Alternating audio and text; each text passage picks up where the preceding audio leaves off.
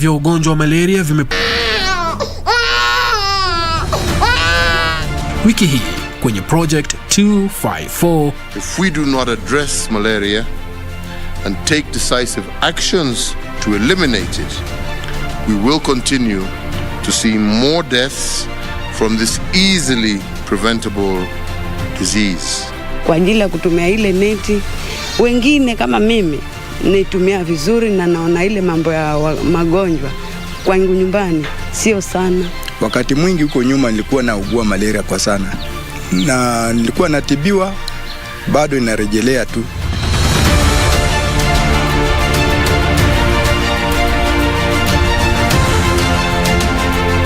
Wiki hii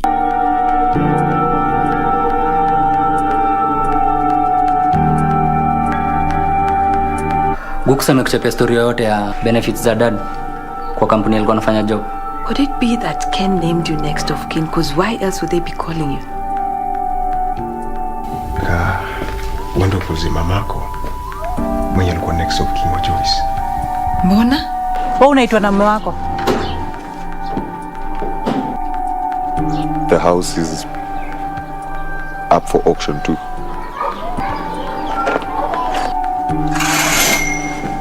Get up. What? Unaonyesha nini mtoto? She has the worst hangover of her life. I think it's time upatie hawa safe space. Be positive. You don't even have a job.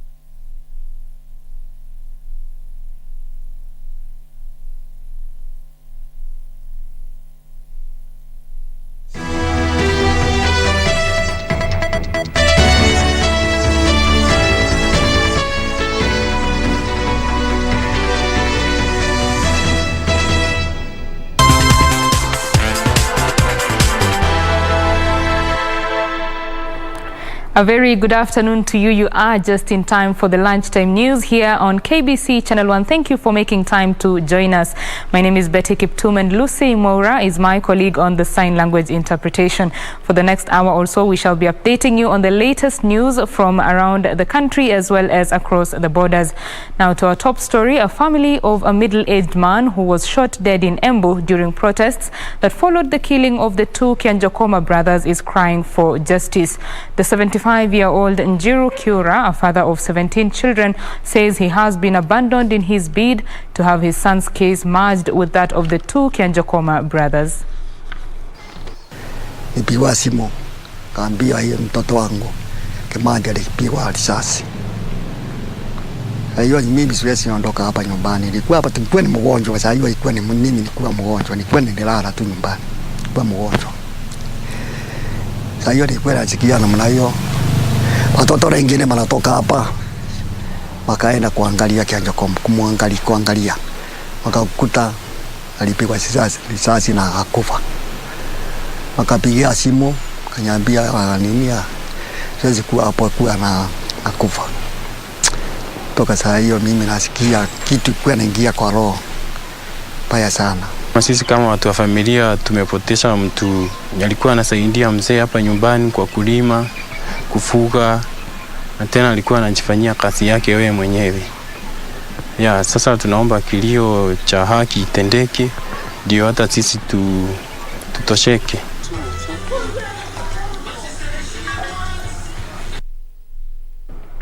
The first ever land registry office has been unveiled in Mararal town of Samburu County. The development coming as a relief for local residents who used to travel to Nyahururu town in search of land services. Residents of Samburu County can now breathe a sigh of relief after their first ever land registry office was launched in Maralal town in 3 offices that were temporarily donated by the county government. Chief Administrative Secretary at the Ministry of Lands Alex Mwiru, while unveiling the new offices, said that residents who have been travelling to Nyahururu will now access services at their doorstep. Samburu being one of the areas that the development partners and identified, we as a ministry also are putting a lot of effort to make sure that everything operates in this particular registry in Samburu. The more the reason why you have seen we have brought in a new registrar so that they can carry on with the matters to do with the Samburu County other than being operated from Nyahururu. Samburu County Deputy Governor Julius Leseto lauded the new development, saying the facility will by far resolve issues of marginalization and related cases of land injustices in the country. We've been able to receive the registrar, whom is also going to fast track the remaining 5,000 titles, and we will have him here for any issues, either alternative dispute resolutions or in terms of even producing titles for our people. Elsewhere, civil society organizations from Isiolo, Marsabit, Samburu and Baringo counties have come together to champion for the successful registration of community land in the region. In a forum that brought together representatives of the various organizations in Isiolo, the CSO members cited lack of political goodwill as the main stumbling block to having community land successfully registered and resolved to spearhead the process in their respective counties.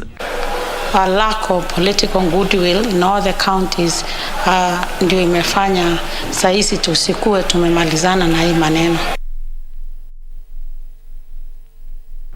And Narok County Governor Samuel Ole Tunai has called on members of the county's assembly to enact legislation that will mete out stiff penalties against men who impregnate underage girls. Tunai says this will be the only way to curb the high rate of teenage pregnancies in the region. The county boss said 40% of girls drop out of school in the area due to early pregnancies. He made the remarks during the swearing-in of the new county chief executive committee member for roads, Johanna Cheruiyot. It's a very, very serious concern. Mnajua kwamba kila wakati unasoma news kwamba Narok is leading 40% ya wasichana na sana inaongozwa na Narok East. Angalieni kaka, sio maneno. Nafikiri tulifanya siku ile and the lawyer wrote something by the way akaniletea. There was some legislation which you are supposed to do. Na najua one of you mlisema ya kwamba siko legislation mlisema mtalete. Kama ndio hivi nasema.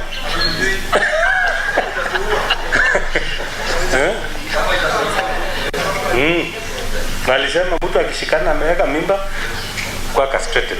Hiyo bili na imesemekana inapita hapa sasa. The University Academic Staff Union Kisii chapter has again threatened to down tools over failure by Kisii University to honor its pledge on the current collective bargaining agreement. 2 months after a work boycott in May this year, the members vowed to continue protesting, leaving the option of a looming strike open. Speaking in Kisii, the UASU chapter Secretary General George Andima said the university had refused to pay for the lecturers' new salaries, exam coordinators and professional allowances. Other demands were monthly remittances of SACCO contributions, medical insurance cover and acceptance of a return to work formula.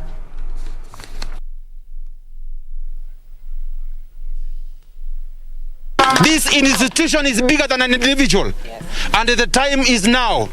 The war has begun. These guys paid part of the money, and much of the money remained in the university. We had to come out picketing to address that and tell them, give members their money.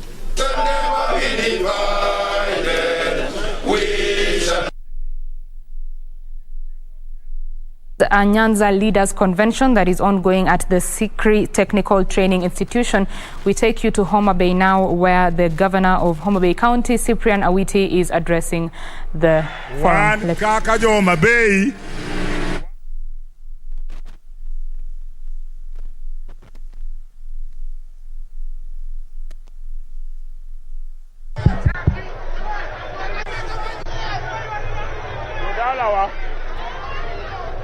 Haya.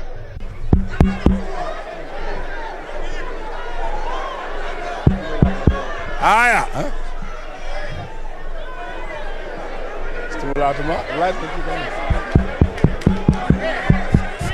Hello, hello. Hello, hello. Uwinja. Adwa nuling mondo jopiny mantiere kama oko ong'e ni ujuma gentle. Okwadwa koko ahinya nikech biro miyo ji feel ni wajokoko. That is the governor of Homa Bay, Cyprian Awiti. He is addressing a meeting of the Nyanza leaders there. Our reporter Wycliffe is on the ground and will be bringing us that report in a little bit. Let's move on to other news. Kiamba Member of Parliament John Njuguna, alias Kawanjiku, has pledged to streamline the bursary allocation process to ensure transparency and accountability so that deserving students benefit. Speaking after distributing bursary forms in Ndenderu ward, Kawanjiku said 33 million shillings has been set aside from the constituency's development fund to support the education of 5,000 learners from underprivileged backgrounds in Kiamba. So tutaki kufanya cost ya kuchukua bursary kuwe juu. Analipa transport, anapoteza siku mzima kwa sababu watu ni wengi na rains ni kubwa. Tumefanya hivi ndio tuhakikisha ya kwamba huduma imefikia mwananchi. Kitambo wamekuwa wakiendea kwa ofisi zetu za CDF pale Karuri, lakini tukaona tu devolve. Ikiwa leo unakuja, unapatiwa, unahudumiwa jana na leo na kesho. Hii ni kitu tujaona. Health facilities in Busia County have received a medical boost worth 3 million shillings from Afya Ugavi in collaboration with USAID. The equipment will capture medical data collection of, among others, pharmaceuticals in a bid to tame frequent shortages of drugs. Busia Deputy Governor Moses Mulomi said the equipments will improve communication between medical officers and pharmaceuticals. James Irungu, Chief of Party Ugavi Afya, said the equipment will help improve service delivery in health facilities. Wezesha sisi kufanya mambo ya data, kuimprove on data collection, kufikia kiwango cha juu ambacho hiyo data sasa tunaweza kuitumia kuagiza hata kufanya mpangilio ya kiserikali kulingana na mahitaji ya mahospitali.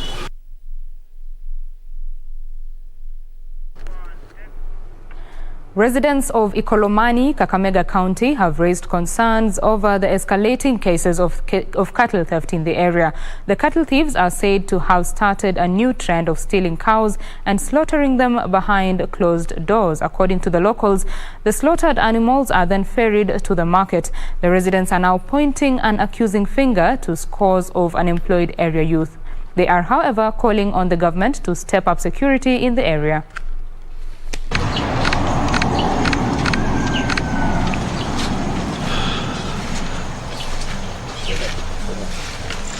Sikujua kwamba ni ng'ombe imechinjwa ndani, nilijua ni damu ya mtu. Akatoka kwenye dirisha akaja kwa mlango akaniambia hii ni ng'ombe imechinjwa. Nikamuuliza sio mtu, akaniambia hapana ni ng'ombe. Akaniambia sasa hii ni police case. Ni kitu utafanya, nenda ukapige ripoti. Nikadhibitisha ni ng'ombe wangu.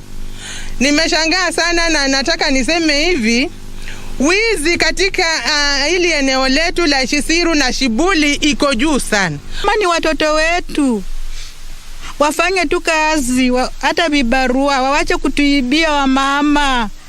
Tunashangaa ikiwa tuko na area chief, area assistant chief wako, mpaka hata wazee wa vijiji wako. Mbona hawawezi kuitisha hata mkutano? Waseme ya kwamba ng'ombe zinaibiwa, tunataka tujue ni wakina nani. Kwa sababu huenda ni vijana wetu tu, watoto wetu wenye sisi tumezaa ndio wameanza hii tabia. That story brings us to our first break here on Channel 1 Lunchtime News. We will be back with more local news as well as business and sports. Stay with us.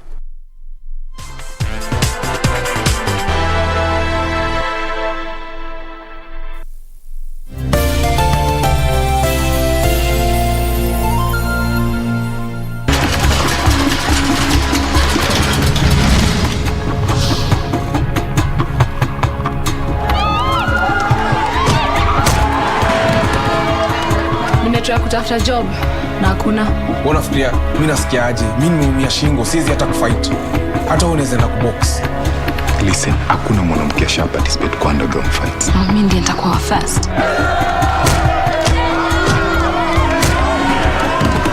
Meleta rent. Unafikiria naweza chukua hizi chapa?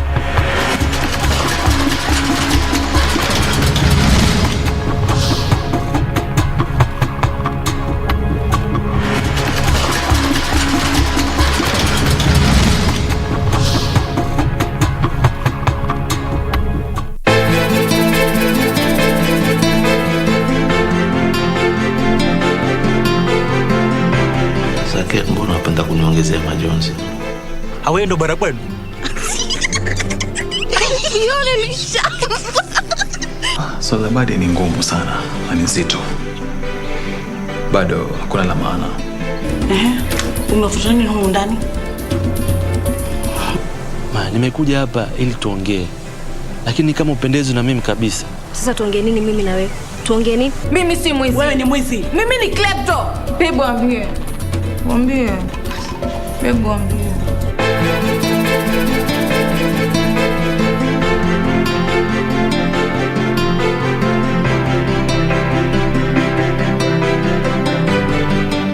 Quiero amarte de una forma diferente, de otro modo. You cannot do a thing to get Max out of jail if the real murderer hasn't been identified yet. Or you already know the person who murdered Horacio.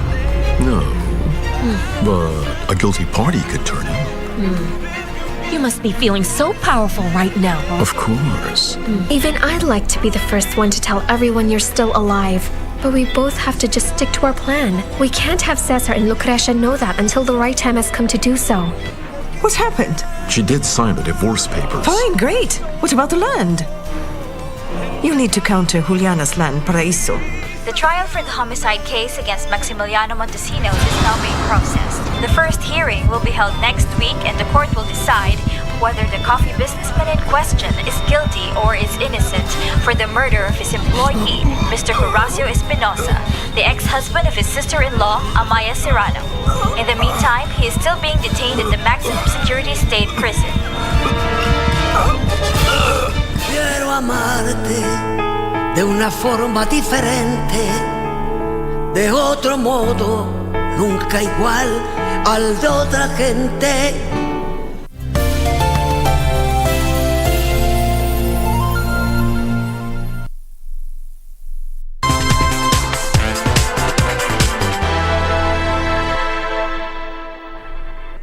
Welcome back. You are watching Channel 1 Lunchtime News. We take you back to Homa Bay County, where the Nyanza Leaders Convention is ongoing. The Kisii governor, that's James Ongwae, is speaking right now. Let's listen into that.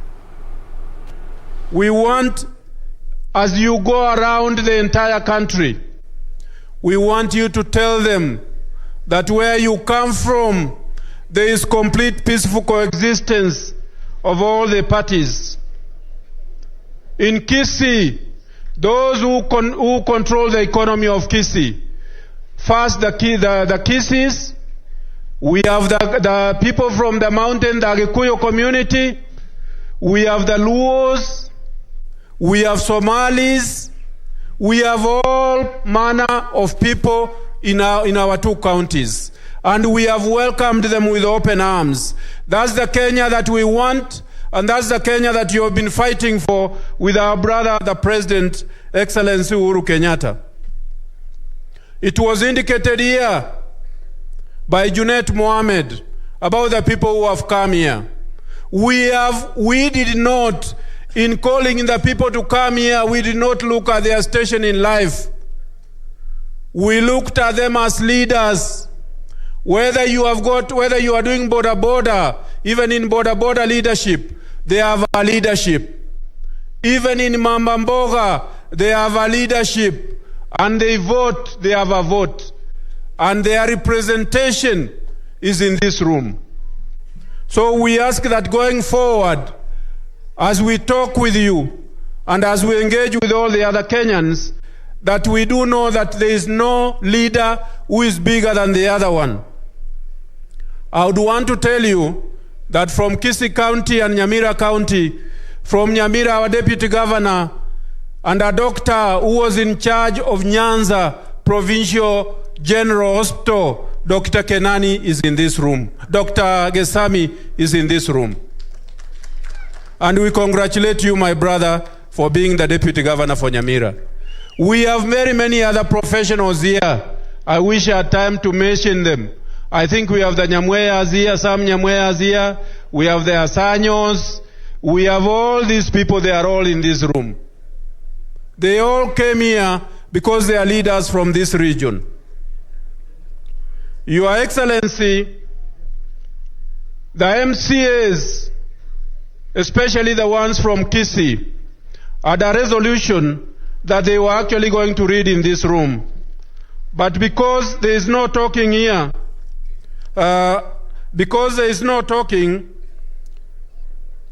and since I'm now aware that you probably are going to be live in the next few minutes, I ran very quickly. They gave me resolutions here.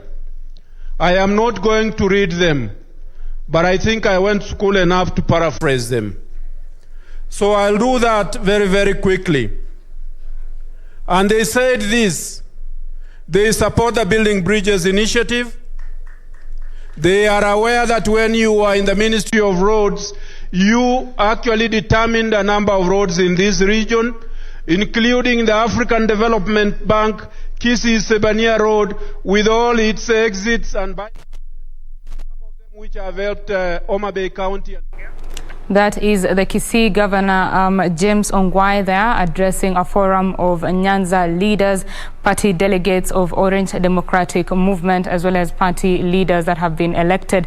They are having a consultative meeting at the Security Technical Training Institution, and of course part of the agenda is just realigning for the 2022 general elections, which is less than a year away. Our reporter Wycliffe is on the ground there. He will be bringing us a detailed report of the resolutions in that meeting. We move on to other news. Residents living along the border of Isiolo and Meru counties have been ordered to surrender any illegal firearms in their possession.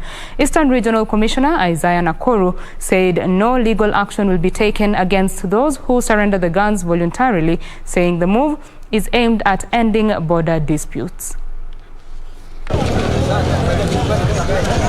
Speaking during a peace meeting in Kashuru in Igembe, North Meru County, that brought together leaders from both Isiolo and Meru counties, Eastern Regional Commissioner Isaiah Nakuru called on the locals to surrender firearms to the government authorities or risk forceful disarmament. Kwamba bunduki haramu ambazo zinatumika kuua watu ni lazima zirejeshwe, na tunawapatia nyinyi muda mupiane kwa hiari na hakuna muda atastakiwa,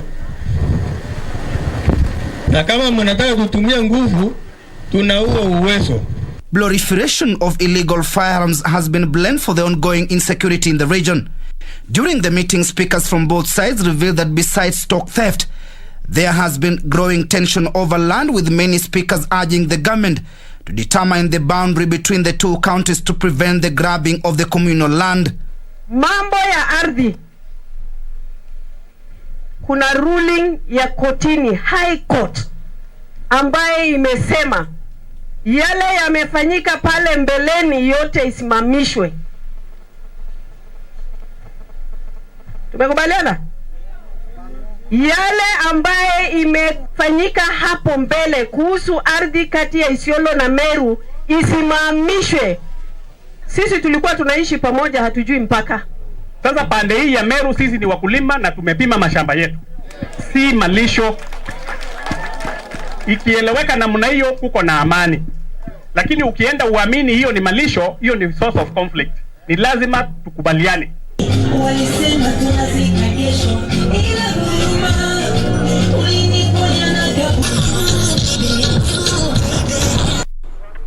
A family in Lugari is seeking justice after one of their own was shot and killed by forest rangers in Lugari Forest on allegations that he was involved in illegal logging.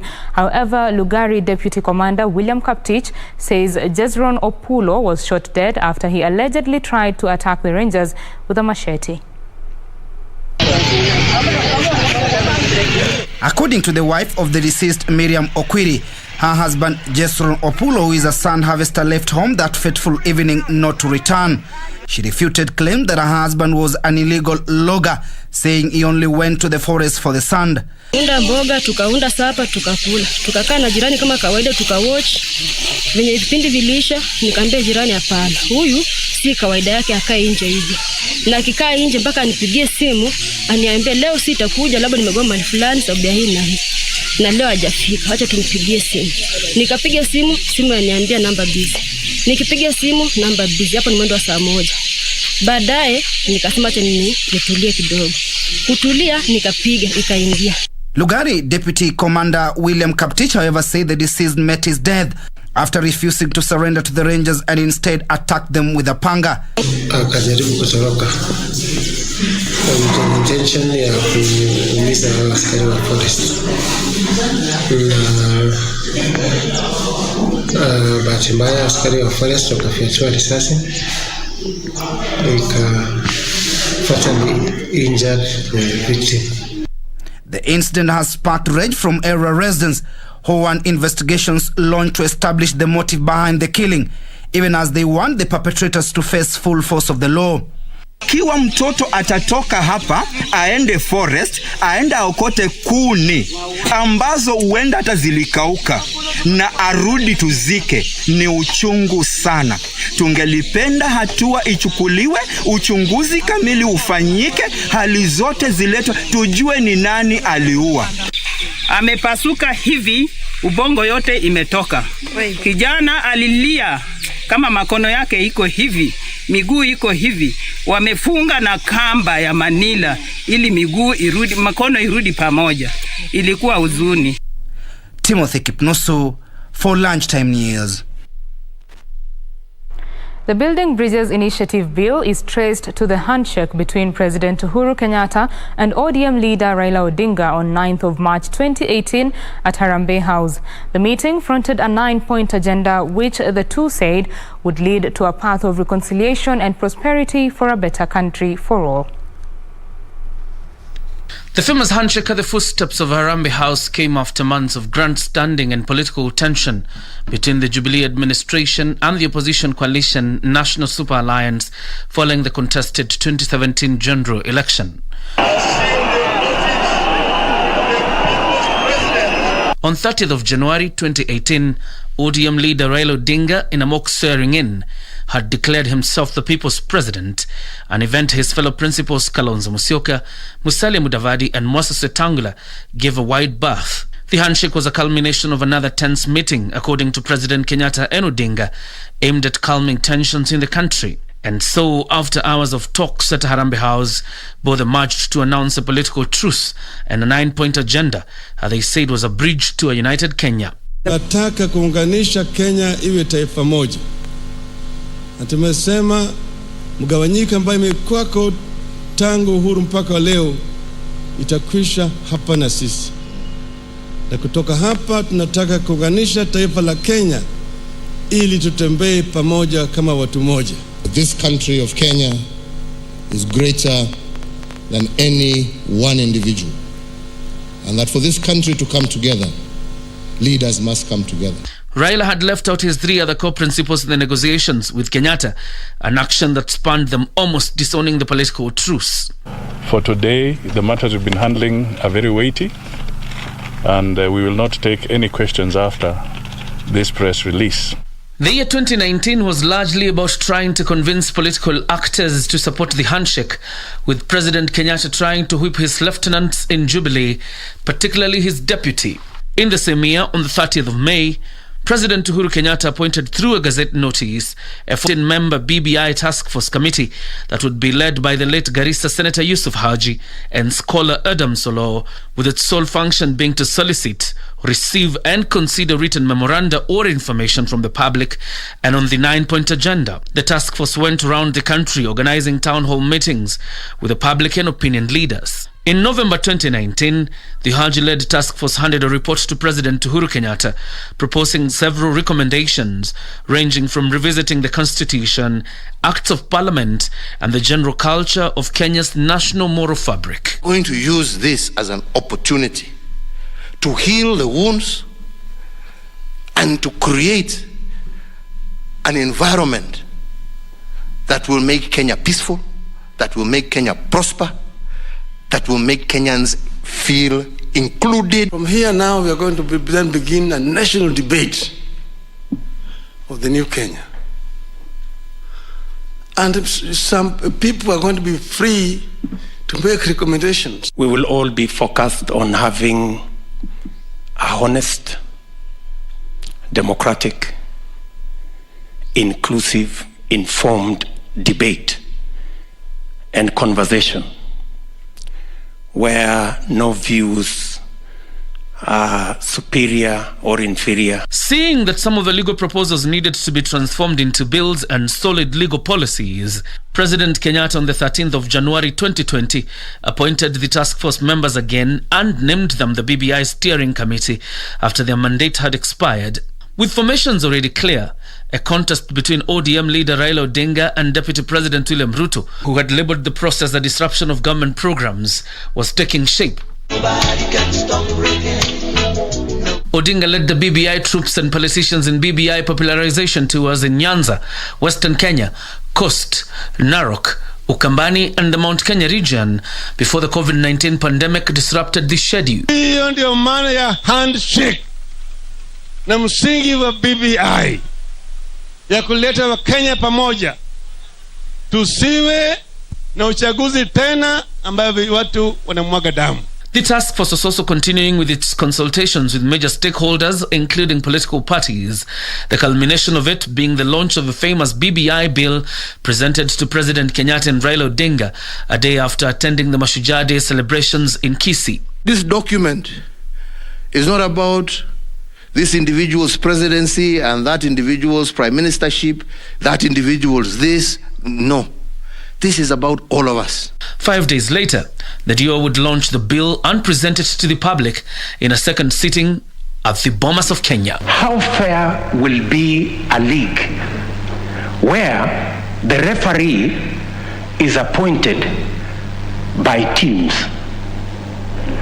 And not all the teams, some teams. A document whose objective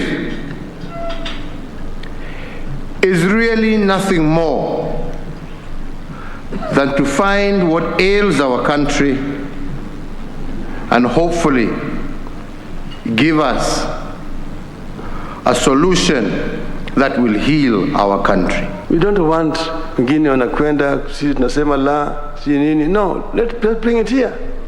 The disabled have spoken and they've been heard. Wakina mama wameongea na wamesikizwa. Vijana kila mtu ameongea na tutasikizwa. Do you want this to be a unifying process?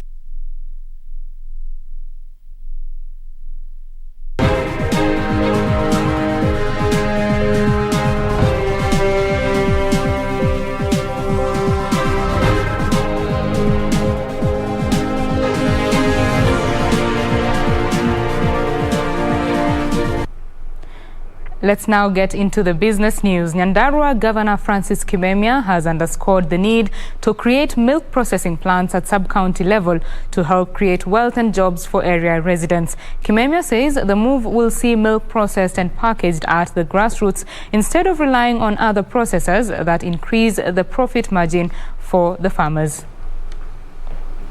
Nyandarua Governor Francis Kimemia says the devolved unit is the second largest milk producer in Kenya.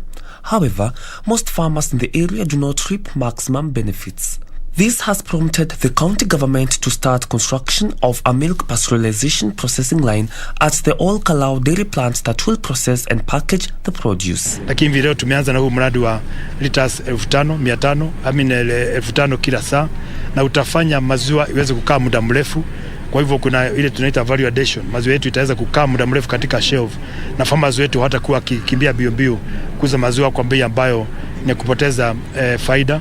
Kimemia says the county government targets to have milk processors in each constituency to increase earnings for dairy farmers and create more jobs. Na kuna phase 2 ambayo itapangwa hivi karibuni na itakuwa inagharimu zaidi ya itakuwa ikitoa zaidi ya liters 100 liters per hour, na maziwa ambayo itakaa muda mrefu zaidi. He challenges dairy farmers to venture into animal feed formulation and production to reduce the cost of production. Kuna mradi ya kutengeneza chakula cha ng'ombe, the animal feeds, kwa bei ya chini. Kuna factory ambayo tutajenga kama county. Pia tunaweza kushirikiana na Okarau Dairy, tuwe na huo mradi uwe hapa, farmers wetu wanaweza kununua chakula ya ng'ombe kwa bei ambayo ni ya chini. There are plans to install a processing line for the long life milk at the Olkalau dairy plant. Tangu hii plant yanze, the national government has supported this dairy industry kwa kupeana 4 kuras worth 24,800,000. The ultimate target is to increase the Olkalau dairy plant's processing capacity to 100,000 liters of milk daily. For Lunchtime News, I'm Brian Munyoki. And half of SACCOs risk losing information permanently in case of cyber attacks since they have not extensively implemented a disaster recovery infrastructure. This is according to the latest SACCO cybersecurity report by Serianu Cybersecurity that indicates that SACCOs have increased cybersecurity budget by 20% in the last 3 years due to growing risks. Cooperative societies have made efforts to transition to digital banking platforms. The increase in mobile banking has led to increased cyber attacks, with SACCOs being targets due to weak IT infrastructure. The move from physical office operations to online platforms due to COVID-19 saw 30% of the respondents report cyber attacks over the last year. The SACCO cybersecurity report shows only 58% of surveyed SACCOs have a resource managing cybersecurity, while 51% have not extensively implemented a disaster recovery infrastructure. In addition, most of the respondents do not audit their vendors. There has been an increase in cybersecurity investment occasioned by increased awareness on the importance of cybersecurity, increased attacks targeted towards SACCOs, as well as digitization and adoption of new technology channels. 21% of respondents indicated they never conduct cybersecurity audits, while for those who conduct audits, inadequate funds stop the resolution of gaps pointed out. To be able to appeal to these youth segments effectively, we need to change our strategies and tactics, because as Stephen Covey said, if we keep doing what we are doing, we will keep getting what we are getting. Wambui Mbesa, CEO Intrasoft International East Africa, said there is a need for SACCOs to move from outdated ERP systems to secure core banking systems with seamless integrations to the cloud and other emerging technologies. Across borders now, poultry farms in Ghana are taking a hit from the outbreak of bird flu, as more than 10,000 birds have died from the disease. Ghana recorded the bird flu outbreak in July in 3 out of 16 regions. The country's Ministry of Agriculture says more than 6,000 birds have died naturally, while nearly 5,000 have been killed to stop the spread of the disease. Here are the details of these and others from across the continent. Veterinary officers say the outbreak of the bird flu could affect nearly 600,000 poultry farms in Ghana. The bird flu has been reportedly spreading in West Africa since March. Ghana has banned the import of poultry from Nigeria and Togo to prevent further spread of the disease. The government said it will give incentives to farmers affected by the disease. Emmanuel Abaja started this poultry farm in Ghana's capital city of Accra in December last year after he lost his job within the tourism industry due to the COVID-19 pandemic. The International Monetary Fund says Afghanistan will no longer access the lender's resources following the Taliban's takeover of the country last weekend. The IMF was to disburse $370 million to Afghanistan as part of its global response to the country's economic crisis. Here are the details of these and others from across the globe. Afghanistan's access to the IMF's reserves in special drawing rights assets, which can also be converted to government-backed money, has also been blocked. The decision comes after an official from the Biden administration said that any central bank assets the Afghan government has in the US will not be made available to the Taliban. An IMF spokesperson says the freeze comes after lack of clarity within the international community over recognizing a government in Afghanistan. Earlier, the head of Afghanistan's central bank said the US had cut off access to its assets of around $7 billion, of which are held at the US Federal Reserve. Meanwhile, former Netflix staffers have been charged for making $3 million from insider trading. The U.S. Securities and Exchange Commission says confidential Netflix subscriber growth data was used in the scheme. The information was allegedly used to trade the streaming giant's shares ahead of its earnings reports. The Securities and Exchange Commission also alleged that Sang Mo Jun, a former software engineer at Netflix, was at the center of a long-running scheme to illegally trade shares using insider information about the company's subscriber growth. Finally, more than 40 million T-Mobile customers have been hit by a U.S. data breach. The company has admitted this fault and blamed the breach on a highly sophisticated cyber attack. The firm says that while criminals stole personal information, no financial details were leaked as a result. The breach only came to light following online reports last weekend that criminals were attempting to sell a large database containing T-Mobile customer data online. The company says it is taking immediate steps to help protect all of the individuals who may be at risk from this cyber attack. Reporting for Lunchtime News, my name is Hiwaq Saeed. Back home, UAP Old Mutual Group has launched an enhanced medical insurance targeting those aged between 65 and 80.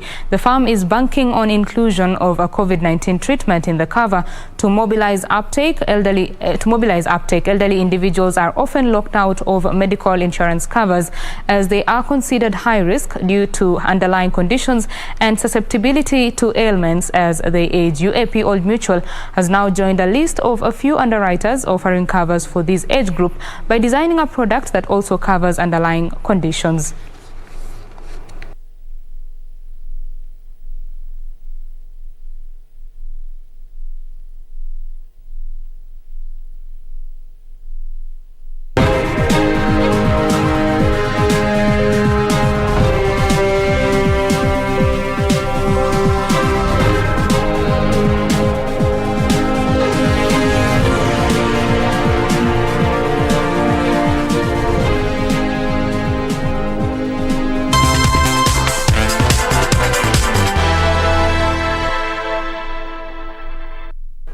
Now, elderly people in Mwingi, Kitui County are finding it difficult to register for the National Hospital Insurance Fund biometric system. The elderly citizens who assembled in Mwingi say they are forced to trek for long distances to get the services. They are now appealing to the county and national government to intervene and bring the services closer to them. Kalonzo Kalua, a 73-year-old man, is among the elderly who are facing challenges in registering under the NHIF biometric system. Kalua claims he walked for over 40 kilometers from his village to Kuso Shopping Center, where they were advised to go for the NHIF registration. Pesa ya kwenda ya transport na kama ikiwa serikali inaweza kutusaidia kutuletea hii huduma karibu. Kwa roho safi iangalie inaweza fanya hii shida tatue, kwa sababu mama mzee hawezi toka huko anauza mbuzi yake atoke huko. He said he waited for the entire day only to be told that the services had been moved to Kamuongo. Daniel Musoka, another resident who had accompanied his 89-year-old mother, said that the county government should organize transport to ferry the elderly from their homes to the registration centers. Sasa hata ukiangalia wakina mama wengine hapa ni wazee, hawana uwezo na wengine ni wagonjwa. Tunafaa kama ni kitu inatokea kama hii, serikali iangalie kama inaweza kuwapatia tikiti ya kuenda mahali, ama kama hii kitu iletwe karibu, iletwe village ama kwa location, inafaa itakuwa inatusaidia. The group is now calling on the county and national government to bring the services closer to their homes to reduce the strain. Timothy Kipnusu, Lunchtime News. From Mwingi to Mavoko, where hundreds of squatters occupying a piece of land in Mavoko, Machakos County, previously owned by East Africa Portland Cement Company and later surrendered to KCB Bank, are up in arms over a move to sell them the property through agencies and brokers. The aggrieved residents, through their member of County Assembly, Mark Mwendo, allege a plot to disenfranchise them. They now want the Directorate of Criminal Investigations to handle the matter. A stakeholders meeting between squatters and agents under KCB slated to take place in one of the local hotels in Athi River, Machakos County aborted in the 11th hour after some disgruntled squatters stormed in the meeting. Huyo ambaye tunamjua anajida director wa Antidote pia alikuwa hapo na tumemwona na macho yetu. Kwa hiyo tunajua na uwezi kukanza mkutano na ukue kwa mkutano. Aggrieved residents have faulted the two agencies purportedly working on behalf of KCB of trying to use the divide and rule approach. A spot check on the land indicated squatters have developed a large portion of the land with public utilities such as schools, churches, eateries and shops spread across. We are only interested with our processes through our abled chairmen so that we can have an amicable process. Area member of County Assembly Mark Mwendo urged the Directorate of Criminal Investigations to investigate individuals purporting to represent squatters. Let us have documents of agreements and everything put down. The government tunajua itakuja kusaidia. The squatters further demanded a fresh valuation of the land. They also want the East African Portland Cement Company to reveal the amount of money KCB is supposed to recover from the sale of the contentious land. Mohammed Adan, Lunchtime News. We take a quick break now. When we come back, the latest in sports. Stay with us.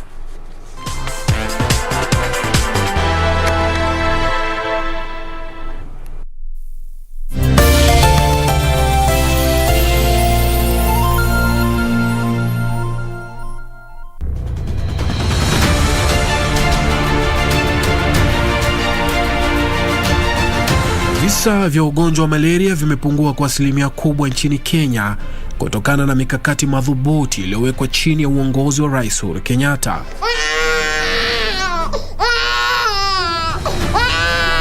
Wiki hii kwenye Project 254, if we do not address malaria and take decisive actions to eliminate it, we will continue to see more deaths from this easily preventable disease. Kwa ajili ya kutumia ile neti, wengine kama mimi naitumia vizuri na naona ile mambo ya magonjwa kwangu nyumbani sio sana. Wakati mwingi huko nyuma nilikuwa naugua malaria kwa sana, na nilikuwa natibiwa, bado inarejelea tu.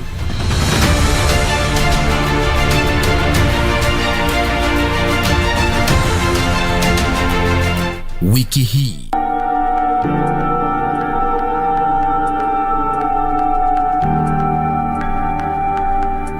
Guksa amekuchapia story yote ya benefits za dad kwa kampuni alikuwa anafanya job. Could it be that Ken named you next of kin? Because why else would they be calling you? Wendo kuzi mamako mwenye alikuwa next of kin wa Joyce. Mbona? Wewe unaitwa na mume wako? The house is up for auction too.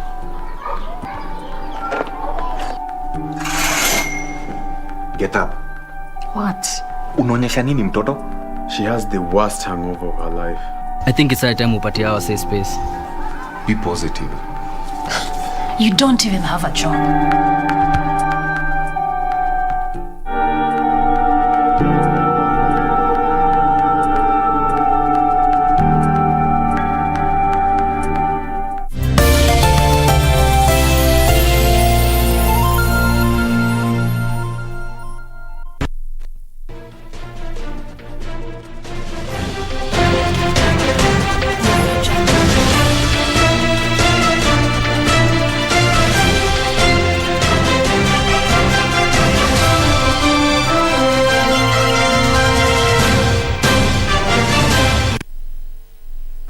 Welcome back. You are watching Channel 1 Lunchtime News. Let's now do the sport. Hurricane will not play for Tottenham in tonight's Europa Conference League playoff first leg against Pacos de Ferreira. Meanwhile,